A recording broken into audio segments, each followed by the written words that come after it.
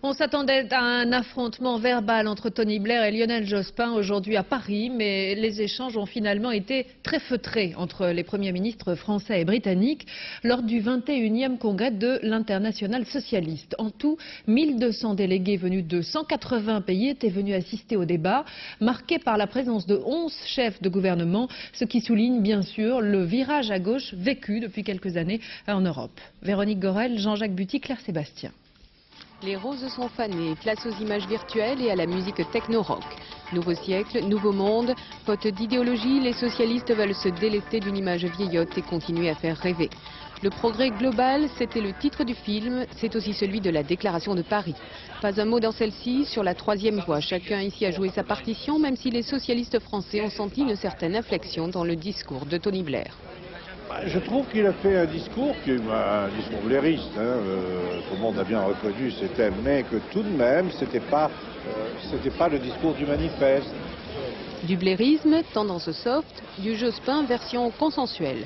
Au programme, les valeurs éternelles du socialisme, matinées pour l'occasion de réalisme économique.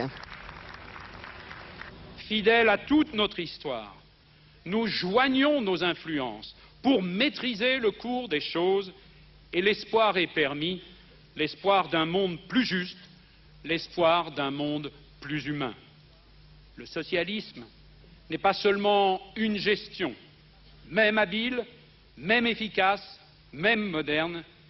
Si changer de société n'est plus à l'ordre du jour, changer la société doit le demeurer. Je vous remercie. Tony Blair, qui s'en prenait hier dans une tribune aux gardiens du dogme socialiste, a choisi aujourd'hui l'interpellation amicale.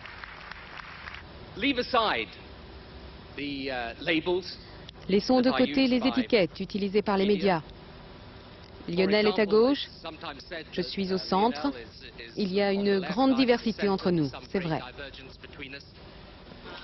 Mais ce qui les réunit est sans doute plus fort que ce qui les oppose. Socialistes et sociodémocrates sont aux commandes dans leur pays et entendent peser sur le siècle qui s'ouvre, notamment sur la résolution des conflits. Ehud Barak et Yasser Arafat se rencontreront demain sous l'égide de l'Internationale socialiste.